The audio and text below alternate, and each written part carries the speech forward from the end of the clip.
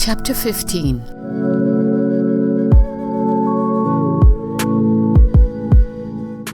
Just when all hope had dwindled, something wonderful happened.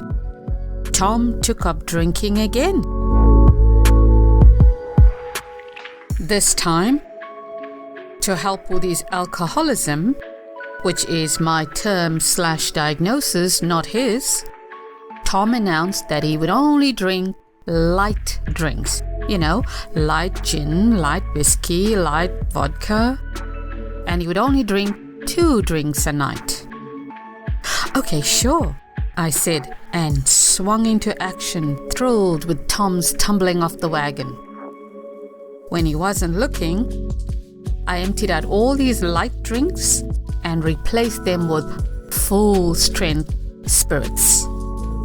Then I got into the hot tub with him every evening and encouraged him to brag about what a smooth criminal he was, waiting for an opportunity to drop Tom's phone with its charger into the hot tub. As expected, the opportunity rose time and time again, which was a bonus for me. The problem was, every time I had the opportunity,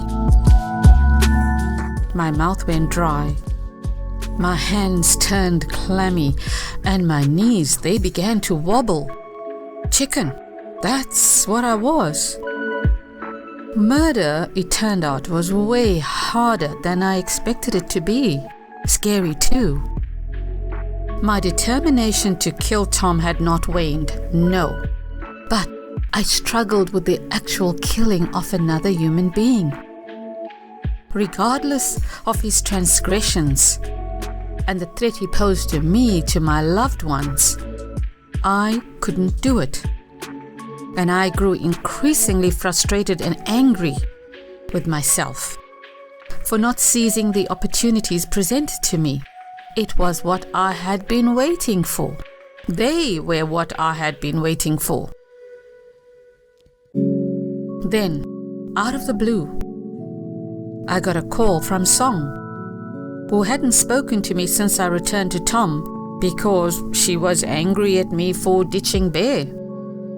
I was both surprised and very happy to hear from my friend.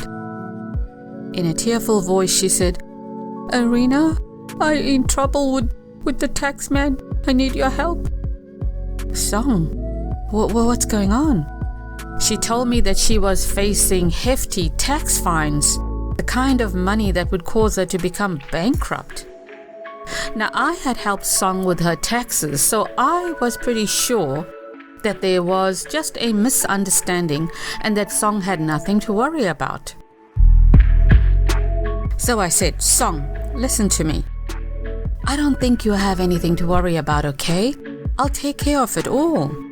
I'll drop by tomorrow and we'll go through all your concerns, so just don't worry, please. I will sort it all out."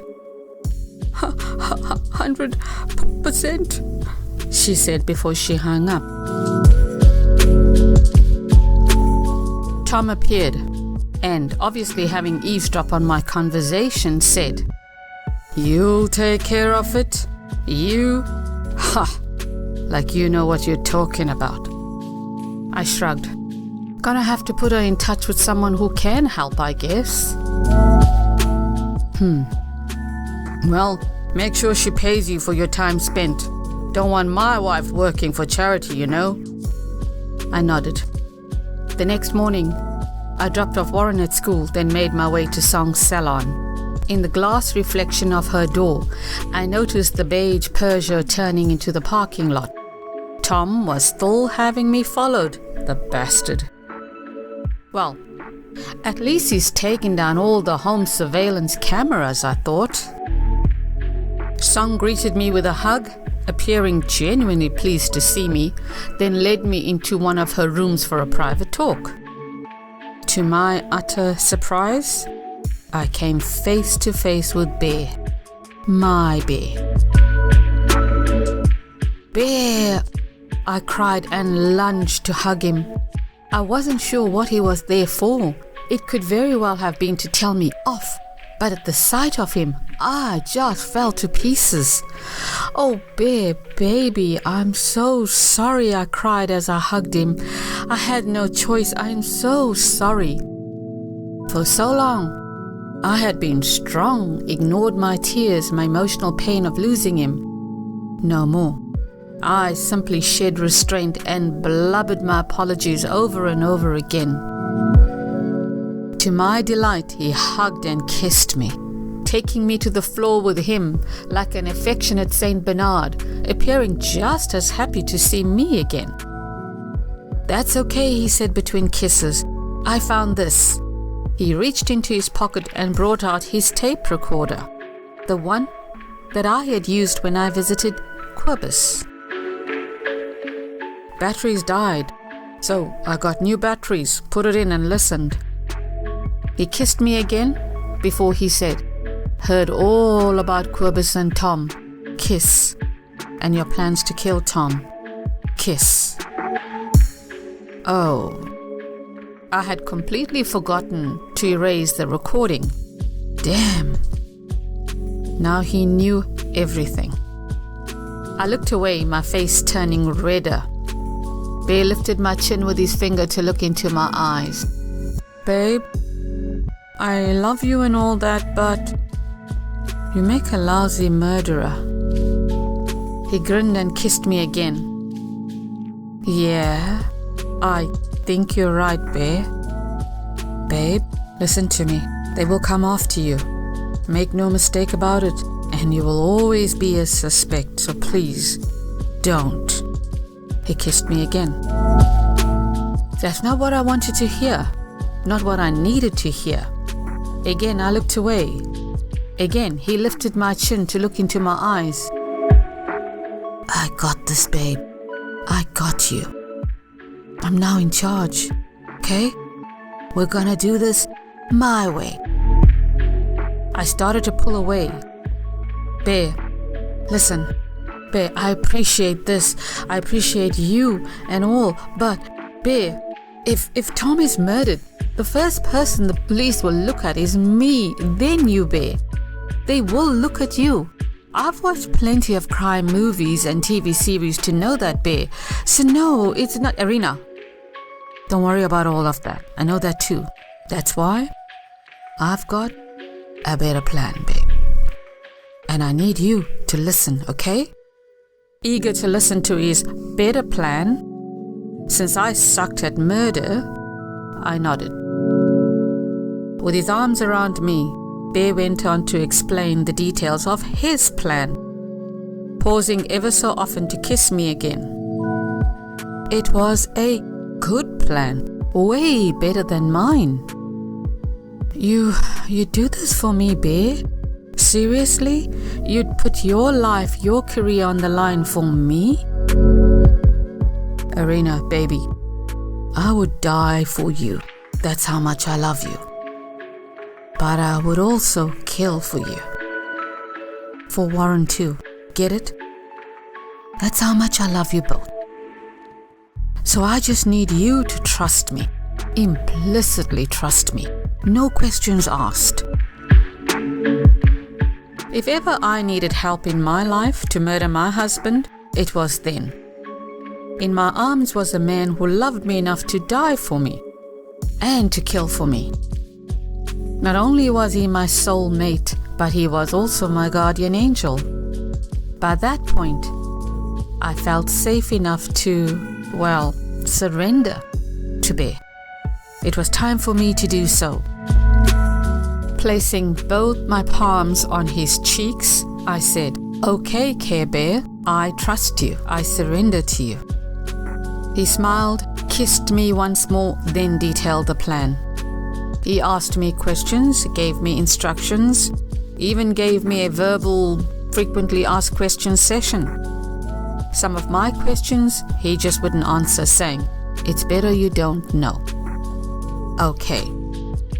The way Bear conducted himself, the minutiae of his plans, the way he answered all my questions so fluently, made me believe that it was a well thought of plan. I felt silent as I processed it all. Babe, what's wrong? I said, Babe, your plan sounds solid. My plan? Gosh, babe, oh man, I would definitely have been hanged after I killed Tom. So many loose ends. Wow. Bear said, this is Australia. We hang washing, not people. Oh, right. We hang curtains, we hang blinds, not people. Got it. Any more questions? I shook my head from side to side. Yeah, I leave it all in your hands, Bear. I trust you. Good girl. He touched my nose with his and said, after this, no more questions, okay? The less you know, the better. Get it? Got it. Good. So, when do I see you again, Bear? I asked, running my hand slowly down his back. You're asking me a question. I said no more questions. You wearing a wire? What? I think you're wearing a wire. I'm gonna have to strip search you, babe. With his eyes crinkling at the sides, he spun me around, bent me over the massage table, and began to frisk me in the most inappropriate manner. Soon, in Song's tiny beauty room, Big Bear made the most soul-satisfying love to me. When it was time to leave, Bear handed me 2 bottles of what appeared to be eye drops. He said, a couple of drops into his ice cubes, his empty, dry glass, and he will sleep through the night so soundly, you'll be able to get his phone password, etc. Oh, I have sleeping tablets though. Those can be detected in his bloodstream. These won't. Oh, really? Okay then. Yeah, and when he wakes up in the morning, he'll act kind of funny and have difficulty remembering things, okay? Oh yeah? Yeah. But, babe, don't be tempted to kill him in his sleep, get him to sign anything, or castrate him, okay? Oh, why not? Because I say so. You're no fun, Bear. Yep, I'm no fun at all, he said, tipping my nose with his finger. Now, don't you forget about me, okay? Ha, like I can. You're my soulmate, baby. He nodded. Soulmate and cellmate. 2 for the price of 1. We're golden, baby. I believe we are, I said with a smile. Eventually, after a lot of hugging and kissing, we tore ourselves out of each other's arms and parted ways. I drove home misted in hope and optimism. I had help. I didn't have to do this on my own. I had help from someone I could trust. Dare I believe that Bear could pull it off? Dare I entertain the thought that Tom could, once and for all, be eradicated from my life? From mine and Warren's life? Without me being implicated? Without me spending the rest of my life behind bars? Wow. What would it feel like to be free of him? Can it work? I prayed it would. Yes, I actually prayed. Please, God, let this plan go through without any hitches. I want Tom out of our lives for good, please, God. Yeah. I prayed for God to help us commit a crime of murder, and help us get away with it. Twisted? Oh yeah. Broken? Of course I was broken. Only a broken person would think it was okay to pray to God for help to get away with murder. I knew when I broke. I knew who had broken me. Tom had broken me. And no matter what happens in the future, he engineered the break in such a way that I would never be able to fix myself. I would remain broken for the rest of my life, thanks to Tom. On the night in question, I battled a ball of nerves in my stomach as I geared up for another scene in the Broadway show that had become my deadly reality. First, I hugged my son, told him how much I loved him and that everything I did in life was for him. If I got arrested, he would remember those words, I figured. Hopefully. Then I kissed him goodnight and went in search of Tom. Dressed in a sheer negligee, I sashayed up to Tom in his den and handed him his second whiskey laced with, well, the bear drops, as I call them. Bear had instructed me to replace my sleeping tablets with the drops, and they had worked well all week, giving Tom a sort of fractured amnesia the following morning, allowing me to do all that I needed to do and get away with it. Tom's memory loss became such a problem, I actually sent him to the pharmacy to buy ginkgo biloba, which is supposed to support memory function. The good wife that I was.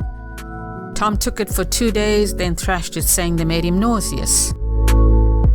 When Tom saw me approach bearing his beloved booze, he said, "See? Now that's what I call a good wife. Someone who is one step ahead of me." He grinned with satisfaction at my Stepford ways. I smiled sweetly and took a seat across him.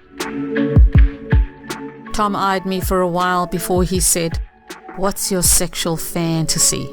Tell me, be honest. Doesn't matter how kinky it is. Tell me.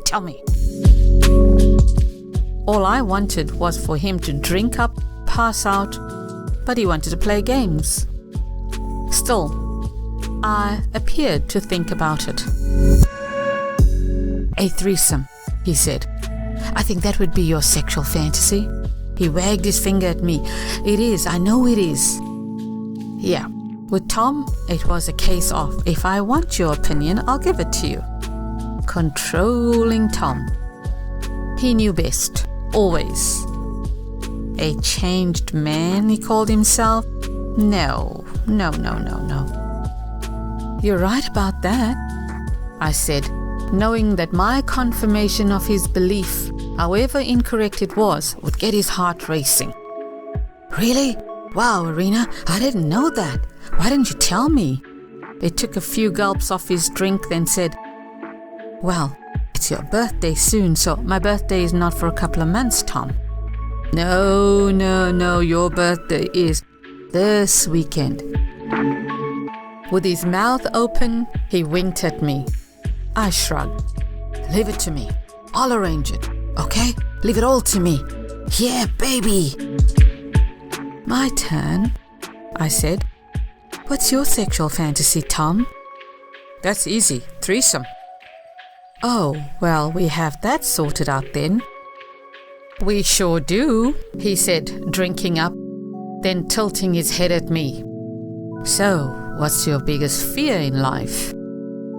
I knew what Tom was doing.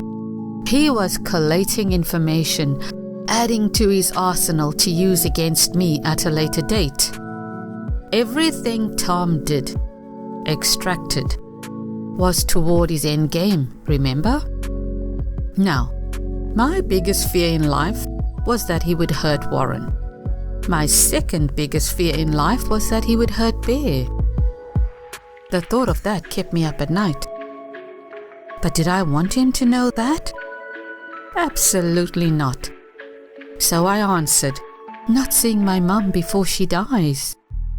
Tom frowned at me, disappointment masking his face. Killjoy, that was me. So goddamn practical.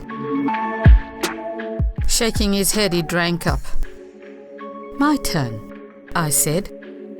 "What's your biggest fear?" "You fucking another man in my bed." The words just blurted out of his mouth, as if he had been thinking about it, fearing it. I do believe he was way too drunk to control those words. in vino veritas. That's never gonna happen, of course, he said, eyeing me above the rim of his glass. Never. Of course, I said. Tom drained his glass, then stumbled toward me. I can see you want it, he whispered, shoving his hands up my negligee and clutching a chunk of my ass. I grabbed his wrist and said, go upstairs, strip and wait for me, boy. I've got some plans for you. And it involves sweating. Both of us sweating. Oh, now that's what I want to hear from you. After rubbing his hands together, he stumbled out of his den, up the stairs and into our bedroom. Within minutes, he was fast asleep, snoring, naked. Tom? I pinched him, tickled him, and even slapped him, but he didn't wake up. I nodded, then got to work. The first thing I did was to dress Tom. It is really hard to dress a man who is passed out, trust me, but I managed to. As instructed by Bear, I slipped on some latex gloves, walked up to a shrub in my garden and removed a bag from behind it. I removed a revolver from the bag and walked up to our bedroom where Tom slept. I looked at him for a while before I placed the revolver in his hands, then removed it. Next, I fetched Tom's black beanie, slipped it over his head, then removed it and placed it in the plastic bag. I did the same with a pair of black gloves. I put them on Tom's hands, removed them and placed them in the bag. Finally, I took Tom's Rolex, my anniversary gift to him, remember? The revolver, and along with a few other items, placed them all in the bag. I walked up to Tom's Porsche and placed the bag under the driver's seat. When I went back inside the house, I checked in on Tom. So far, so good. He was asleep, snoring. My signal for Bear to do his thing was to switch my living room light on and off, which I did. When I heard the garage door open and close, I checked up on Tom again. Had he heard it too? No, he was sound asleep. Good. Everything so far was going according to plan. After glancing at the clock, I called one of our pretentious so-called friends, Trish, about her cheesecake recipe. I wasn't a fan of cheesecake, by the way, but I asked for the recipe. After thanking her for it, I hung up. Half an hour later, I dialed another one of our pompous friends, Miriam, about the same recipe, saying that I preferred hers to Trish's. Oh, everybody prefers my cheesecake to Trish's, Arena, Miriam bragged. Don't know why Trish bothers to bake in the first place. Everything she bakes tastes like it was chipped out of Aya's rock. Dry and tasteless. She gave a jeering laugh. Are you baking at this time of the night, Arena? Oh, I didn't realize the time, Miriam. Sorry for the late call. It's just that Tom's out for a drive, so I thought I'd, bake him a cheesecake for when he returns. He's not drinking and driving, I hope. Well, Tom, Miriam, he's his own boss. Yes, well, let's hope he kicks the booze soon, before another tragedy befalls that family of yours. Yeah. You're right. I thanked her and hung up. Just after midnight, I heard the garage door open and close again. I peeped in to look at Tom. He was still snoring. Throwing on a dressing gown, I raced downstairs to the garage. Bear was there, adjusting the driver's seat of Tom's Porsche back to its original position. He looked, wired. His eyes were all shiny, his breathing was shallow. I motioned for him to follow me into the kitchen so we could talk. I hadn't seen or communicated with Bear since our clandestine meeting at Songs, since he had frisked me, inappropriately frisked me. Officially, the last time I saw Bear or communicated with him was the day I walked out on him. Officially, that is. Bear talked to me for a while in hushed tones about matters pertaining to our plan, before he said, I gotta leave now, babe. See you in a couple of months. My head fell with disappointment. I did not want to see Bear leave. "Babe, time will fly," he said. I nodded, took Bear's hand and said, "Come with me, baby bear. I need to be frisked before you leave." "Yeah, that I can do." I led Bear to my bedroom where Tom was asleep and motioned to the bed. Bear's eyes darted from side to side. "Here?" I nodded and shed my gown while Tom snored away. "Babe, you sure?" "Yep," I whispered. "I need to make someone's biggest fear a reality." Bear shrugged. "Whatever floats your boat, baby." So we floated my boat, and as we did, Tom suddenly opened his eyes and looked directly at us. Both Bear and I froze. "What the arena?" Tom squinted at me, then at Bear. For a few moments he just stared. Then Bear punched Tom on the side of the head, hard, so hard Tom's head dropped to the pillow and remained there. "Bear, oh my God, what are you doing?" "Striking something off my to-do list." "Oh my God, I thought you said he wouldn't wake up, Bear." Bear shrugged before we resumed our disrespecting of Tom. "Do you think he'll remember this when he wakes up?" I asked as we got dressed. "Nah, be like a dream if he does, but he'll always wonder if it was a dream. Trust me, I've tried and tested it." "Hope it plagues him." It will, make no mistake about that." "Now, I gotta do what I gotta do," Bear said. I nodded reluctantly. "See you when I do, baby," he said, taking my face in his hands for one final kiss. With a heavy heart and with tears in my eyes, I said goodbye to my lover and friend, my soulmate, the man who loved me enough to kill for me. It was Saturday morning, but I woke at 6 a.m. and lay in bed, waiting. It was going to be a big day, and I was so buzzed with excitement that I didn't even reach for coffee. When the doorbell rang, I took a deep breath and threw open the front door. "Mrs. Botha?" "Yes?" "We're Detectives Eric Hahn and Sol Cusson, and we'd like to speak to your husband, Tom Botha, please." "Sure," I said with a worried look on my face. Come inside. Have a seat. I'll get my husband. He's asleep." Is everything okay?"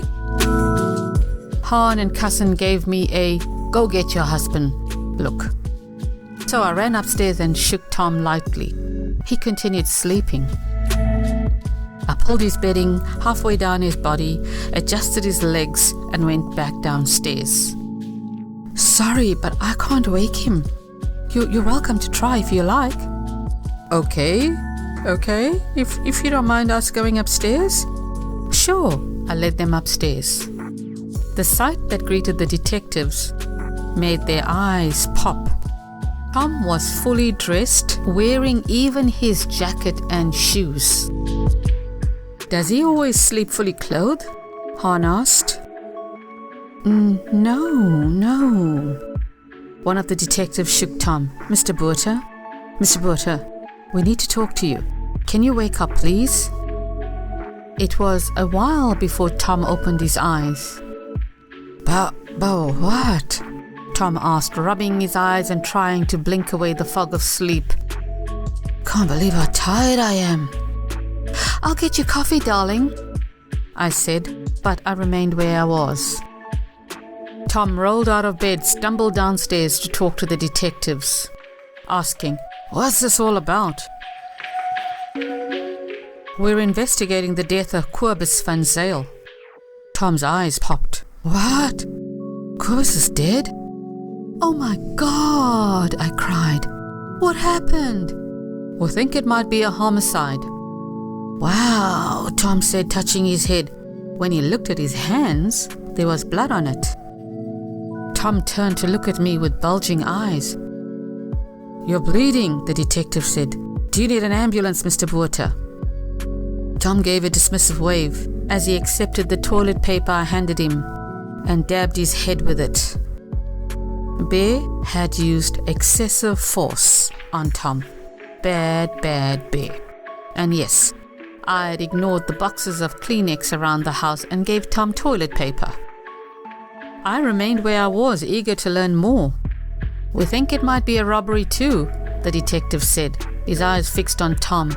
"Some of his valuables are missing." Tom frowned. "Robbery? Wow." Then came the magic question. "Mr. Botha, where were you last night between the hours of 10 p.m. and 2 a.m.? I had watched Law and Order, and I knew that when a detective asks a person a loaded question like that, they were a suspect, or needed to be ruled out as a suspect. Tom's surprise was classic. "Me?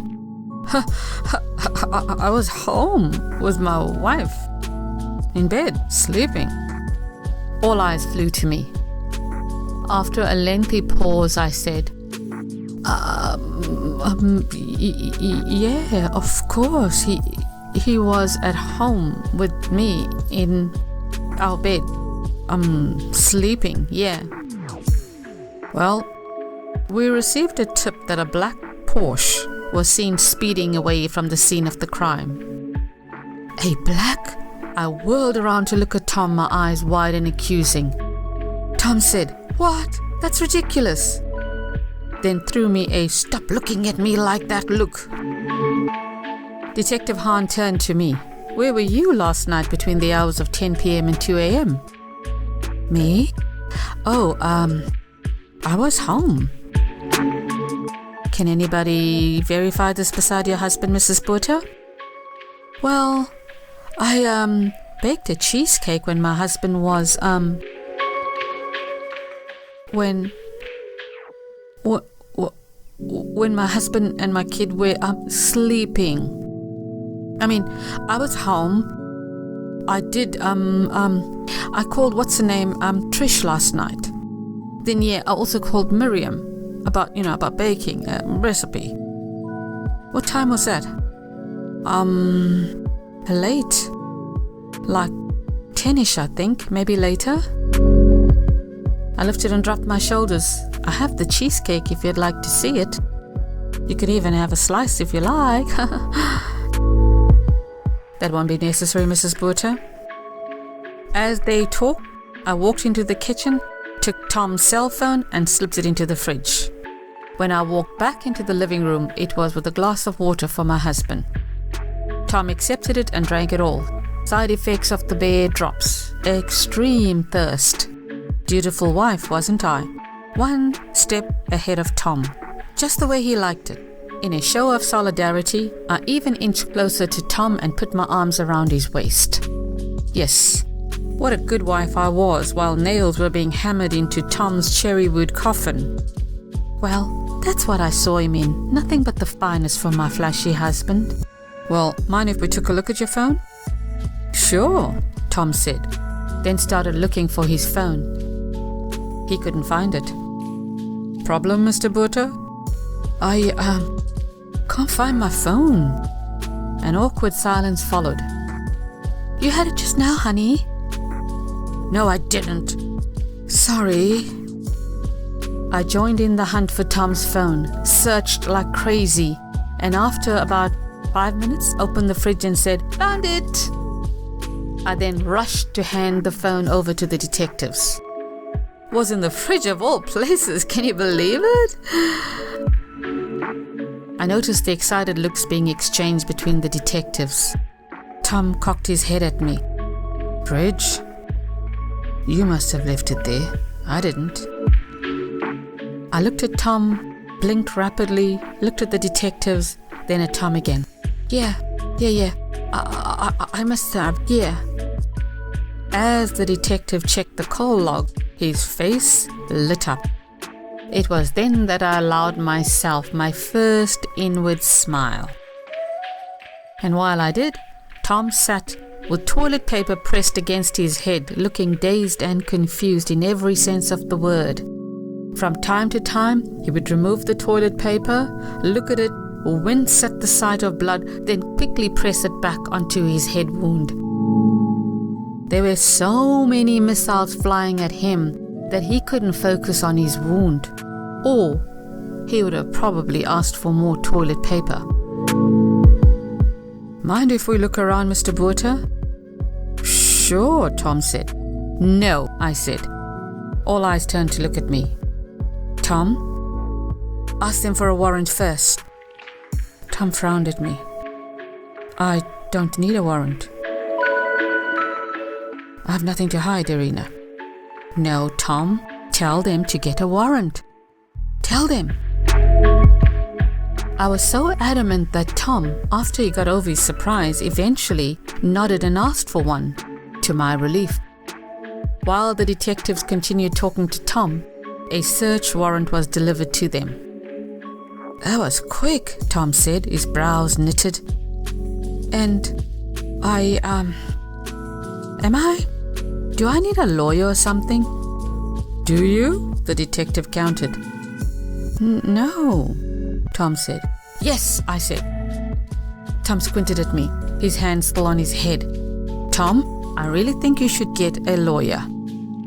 "Oh, Irina, shut up," Tom snapped. "I don't need a lawyer, okay? I can handle this. I've done nothing wrong." I sulked while a team of law enforcement officers searched our house. I heard them open the door of the Porsche, and then began the excited whispers. The detectives had found what they were looking for in Tom's car: the murder weapon.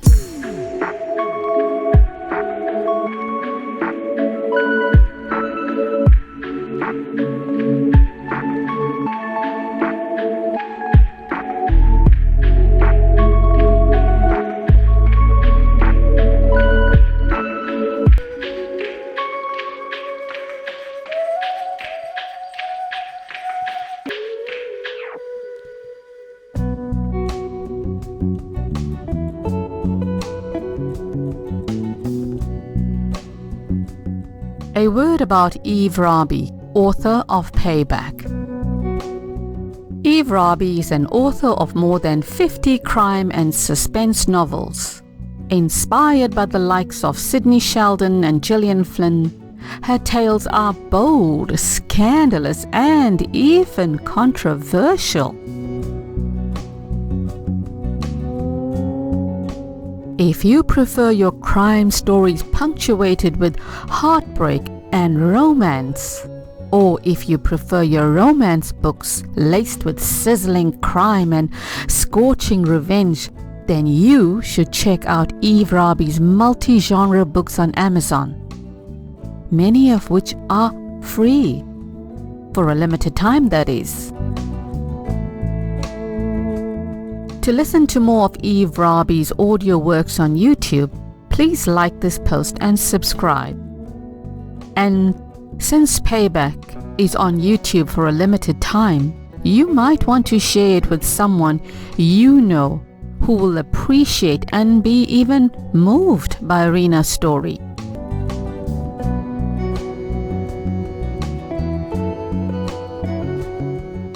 To keep Eve Rabi writing and recording, please donate via Patreon link in this post.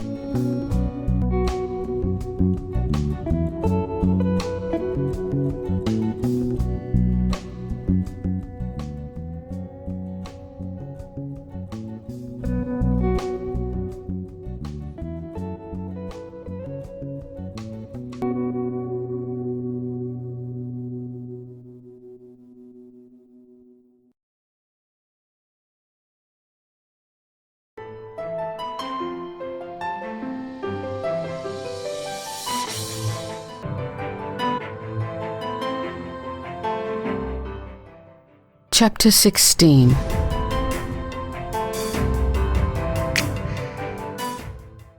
So, are you by now suspecting Bear of framing Tom for Querbus's murder?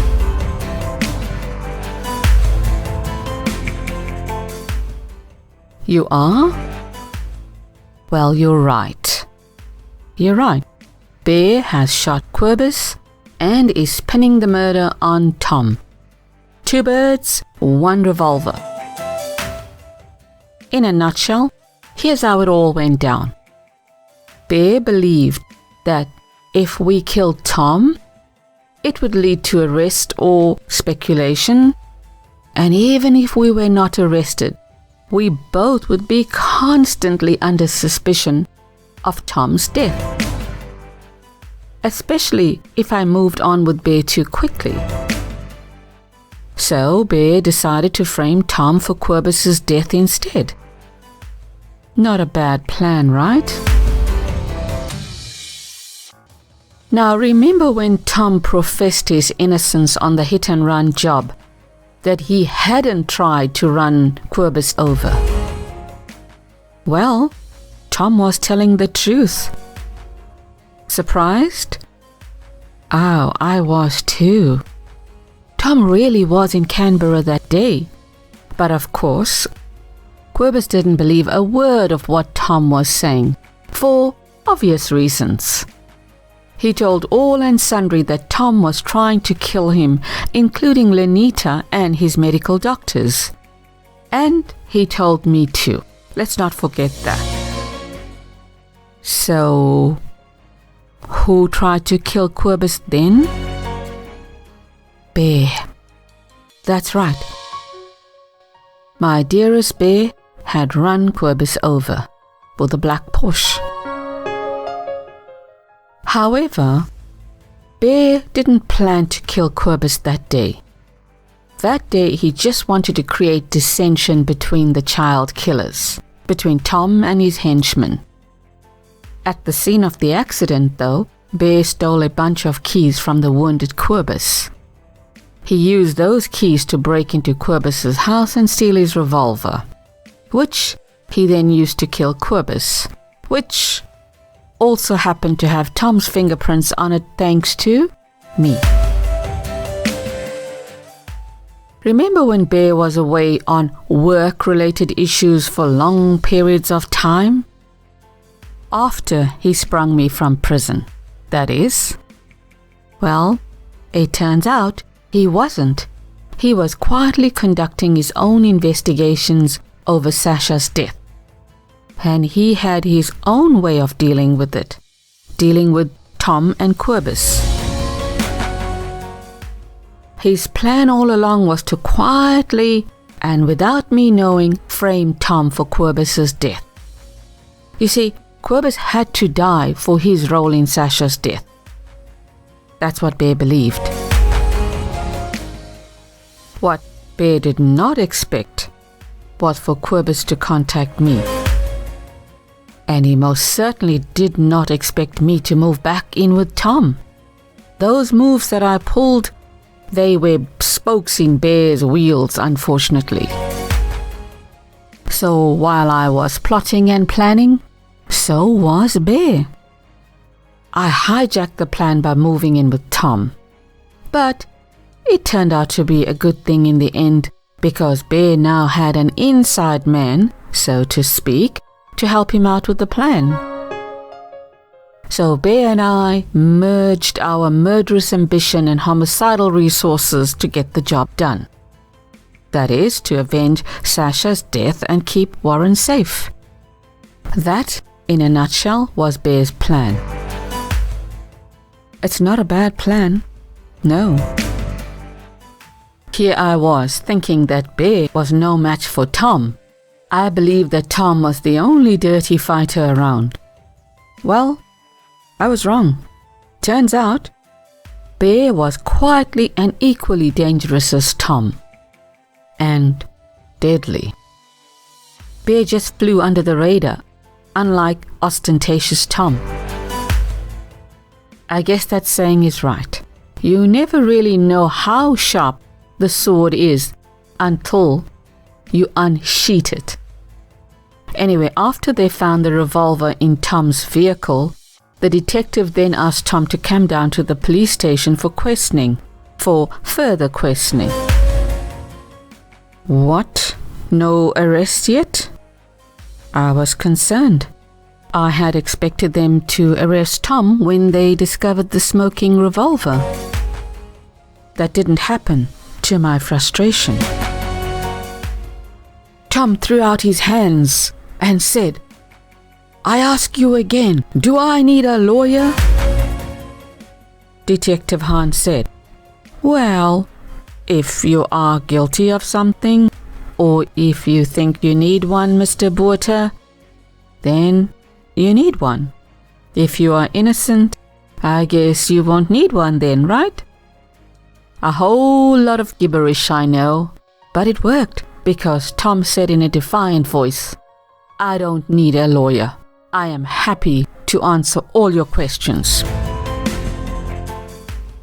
He followed that up by throwing me a "shut the fuck up look, will you? You dumb, uneducated bitch, useless thing." Well, that's how I interpreted his dirty look. Habit. Tom went on to add, "Hopefully I will be home in time for lunch." He then walked over to our key rack to look for the keys to his Porsche. He couldn't find them. Tom turned to me, "Where are my keys?" I shrugged before I began to look for them. "We couldn't find them. We looked all over, we just couldn't find them." Once again, Tom stood with his hand on his head over the toilet paper, looking confused and slightly alarmed. "Maybe the detectives have them, Tom." "No, we don't, Mrs. Botha. The Porsche was open." "Have you checked your pockets, Mr. Botha?"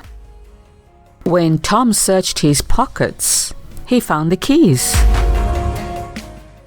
"Do you always sleep with the keys in your pocket, Mr. Botha?"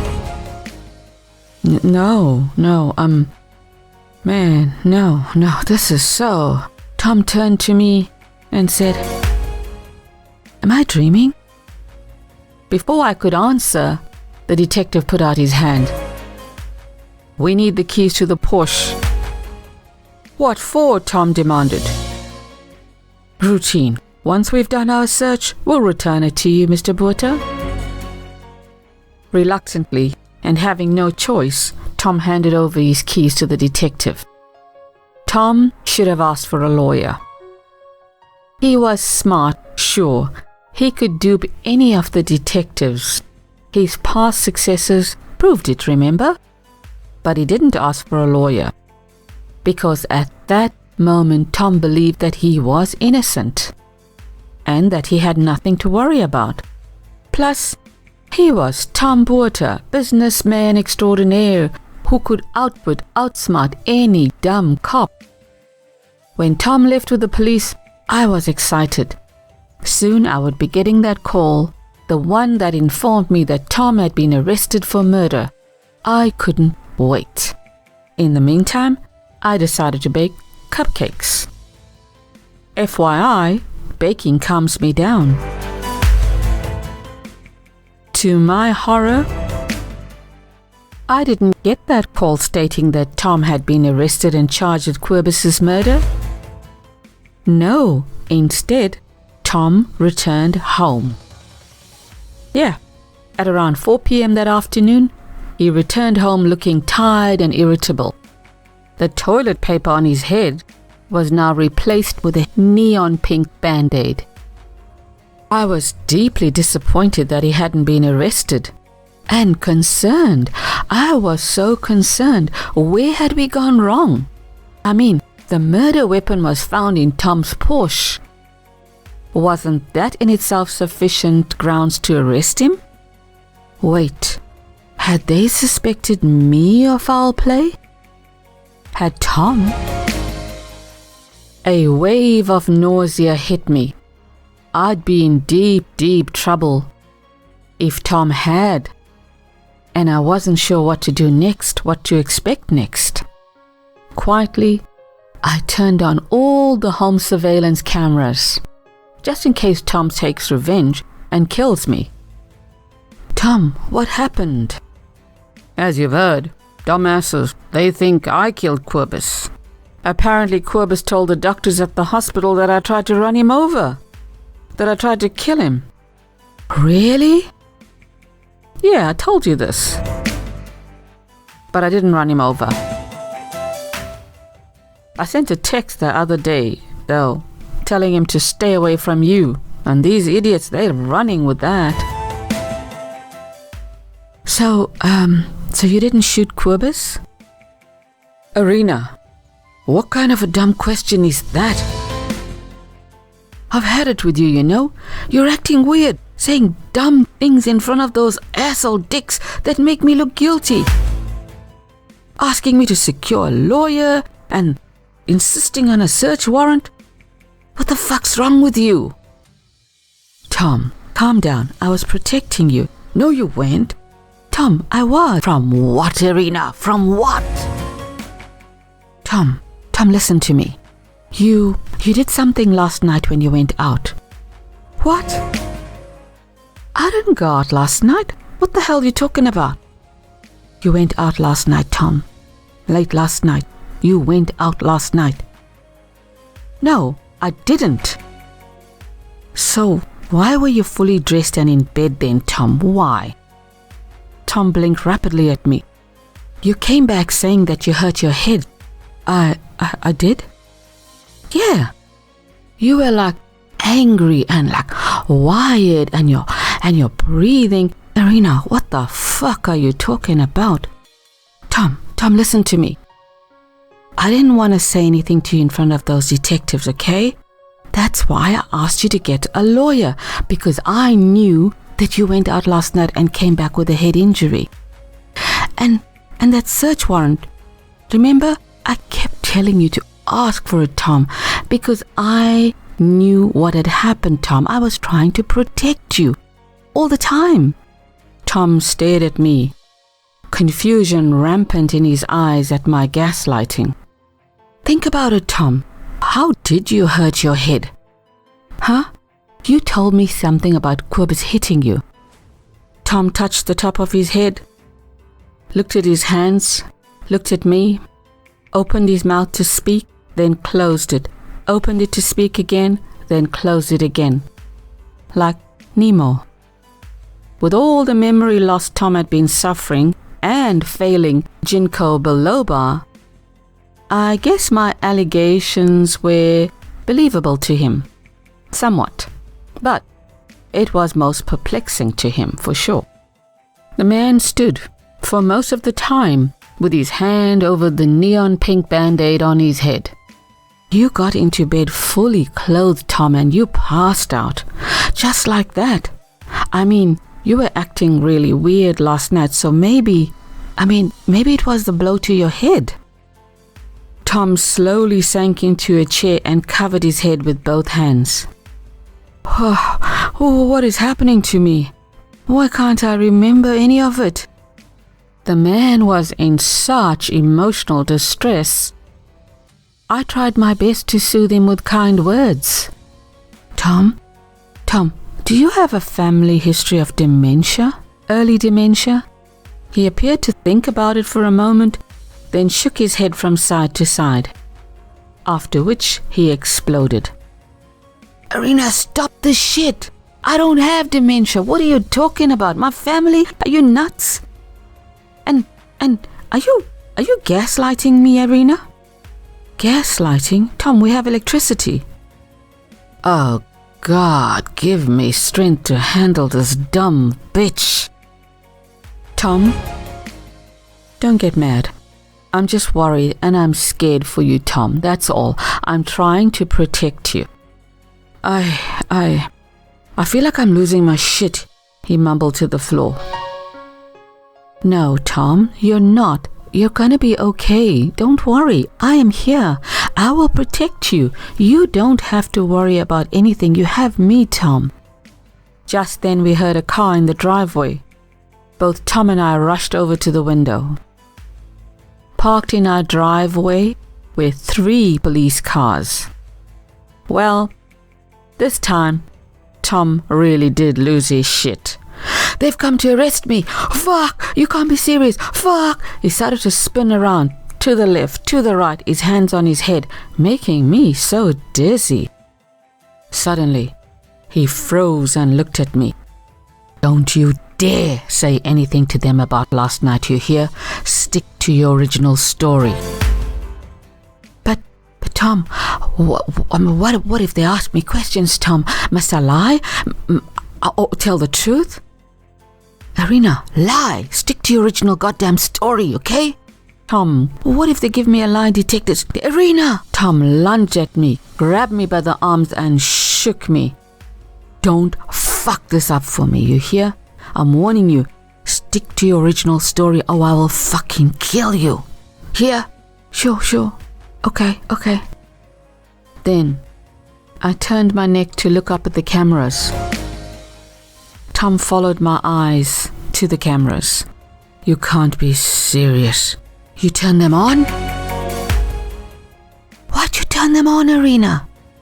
I'm sorry. I got scared in case someone was going to try to kill me." "Irina, you are such a fucking idiot." He shoved me away from him. "Who the hell's going to kill you?" I shrugged. "Erase all of it, you hear?" "Sure, of course. I wanted to smile. Why?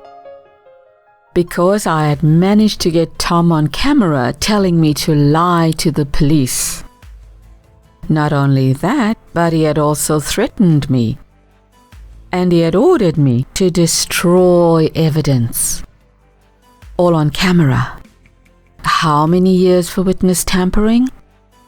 The sound of the police banging on our door was a sound I will never forget. It was scary and delightful. "Tom Buerter, we have a warrant for your arrest for the murder of Cobus Elaine van Zyl." Melodious words for me. "This is crazy," Tom cried. "This can't be happening to me. It can't." Oh well, Tom was no longer cocky. He was scared. Or maybe even humble. Because he said, "Call my lawyer, Irina," as they spun him around and cuffed him. "Call Ian Sanders. Today. Now, Irina, please." Yeah, humble because Tom had never used please and thank you on me before. So that told me Tom was really scared. Tom, what about our threesome this weekend?" "Irina, I'm being arrested for murder and you're worrying about our threesome. What is wrong with you?" "Sorry." I tottered behind Tom, wiping away crocodile tears. "Tom, oh God, Tom, what are we gonna do?" Remember when Tom shed crocodile tears at the police station? Well, I was using his playbook, remember? So I brought on the tears. "Please, officer, you've got the wrong man. My husband is not a bad man." Never once did I say he's innocent.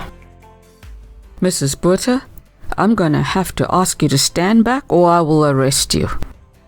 "This is just a misunderstanding, Irina," Tom said as they led him away in handcuffs. "They've got nothing on me. Nothing. Call Ian, Irina. Now, please, call him." "Okay, honey, I will. And I did call Ian Sanders, Tom's solicitor. I called, I left a message, then conveniently forgot to leave my phone number. 3 hours later, I did the same thing. I called, left a message, then, once again, forgot to leave my phone number. You can't blame me. I was a dumb, uneducated bitch, a useless thing, remember? The next morning, I called and got Ian Sanders on the phone. It was Sunday, so Ian could do little, but still I called to keep Tom happy. Tom would be spending 2 nights in jail. Good. With jail, even a couple of hours felt like a lifetime, trust me. Been there, done that, got the emotional scars. It was important that I do everything to inspire confidence in Tom because of the one thing that I wanted. Okay, two things that I wanted. One, I wanted general power of attorney, where I had full control over Tom's affairs and money. And two, I wanted Tom to believe that I was 100% on his side. Why?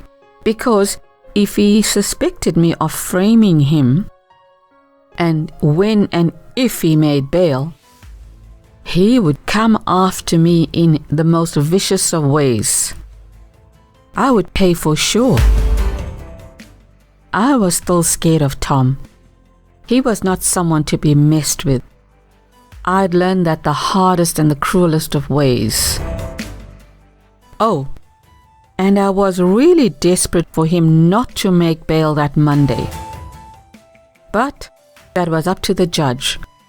All I could do was hope that he was denied bail. Fervently hope. Next, I needed to work on his solicitor. Ian Sanders was a 60-something man who, according to Tom, had a penchant for double Ds. He wasn't fussy whether they were silicon, saline or au naturel, but he liked them younger than 25. The bearer of the double Ds, that is, not the implants.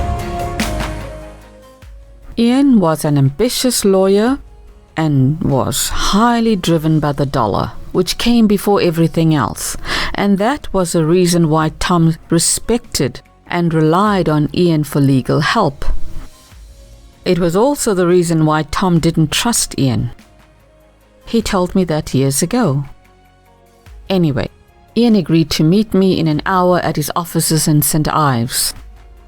Wearing a push-up bra, stilettos and a belt for a skirt, and even though I had heard from Tom that at Ian's age, the only things that could get hard were his arteries, I sashayed into Ian Sanders' offices. "Oh, Mr. Sanders," I said, wringing my hands, "I really worry about your fees.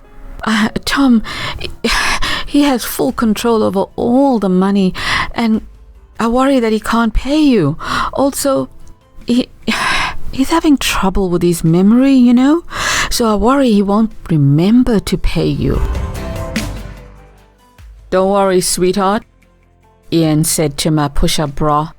"I will try to get you a GPOA signed right away, so that you have full access to all Tom's funds." "Oh, that would be most helpful, thank you."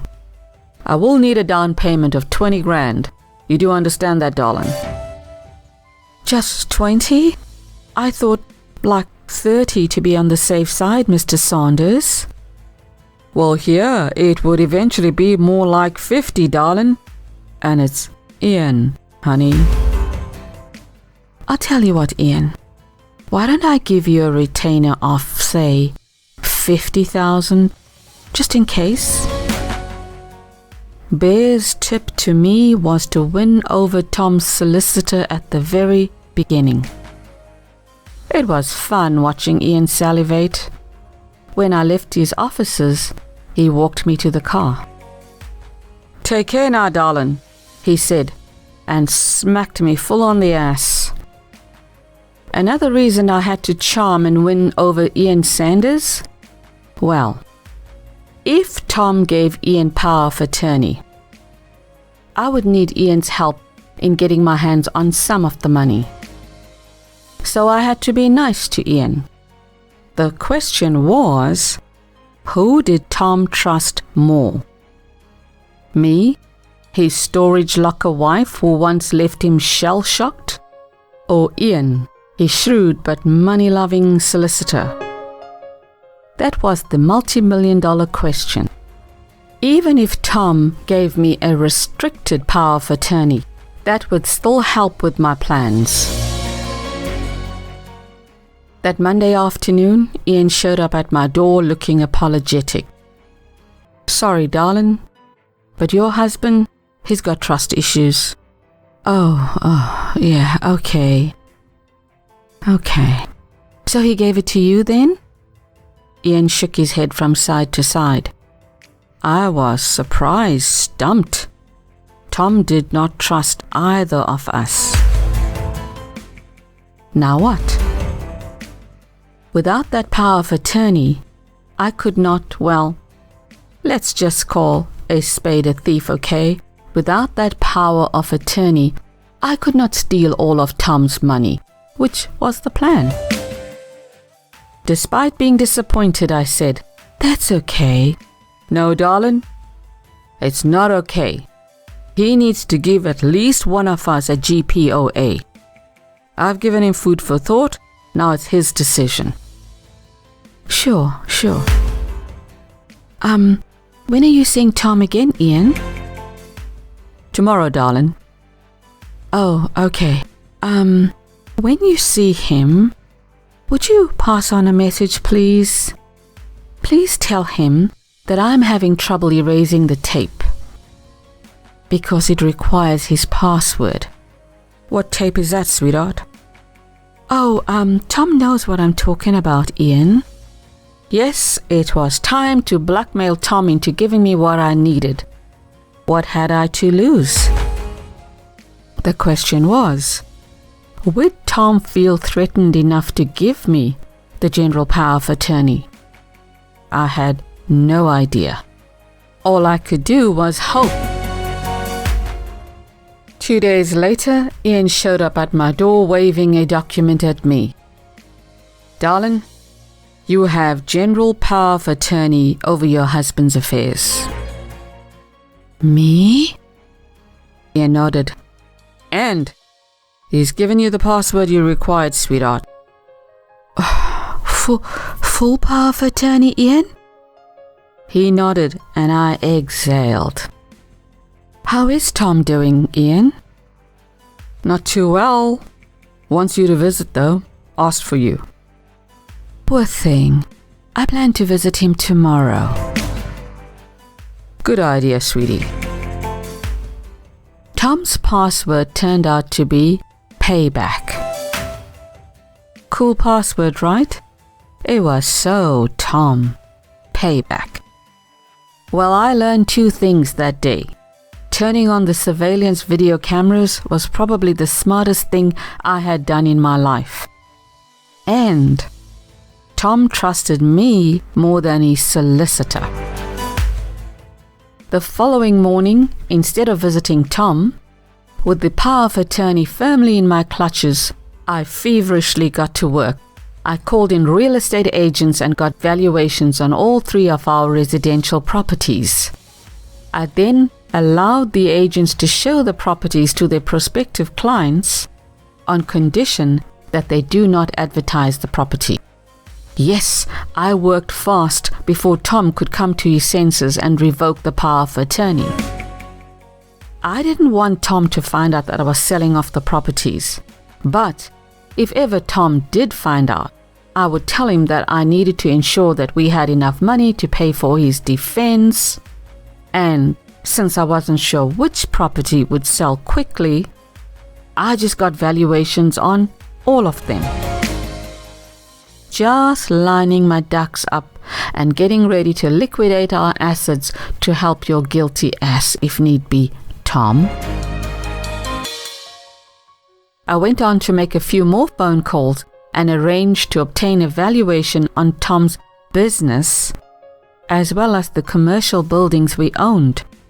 With all that done, the nagging question on my mind was, would Tom make bail? I'd know in a couple of days. Till then, I held my breath and baked more fudge chocolate cupcakes. Or were they chocolate fudge cupcakes? I couldn't remember. Cupcakes could be so confusing at times.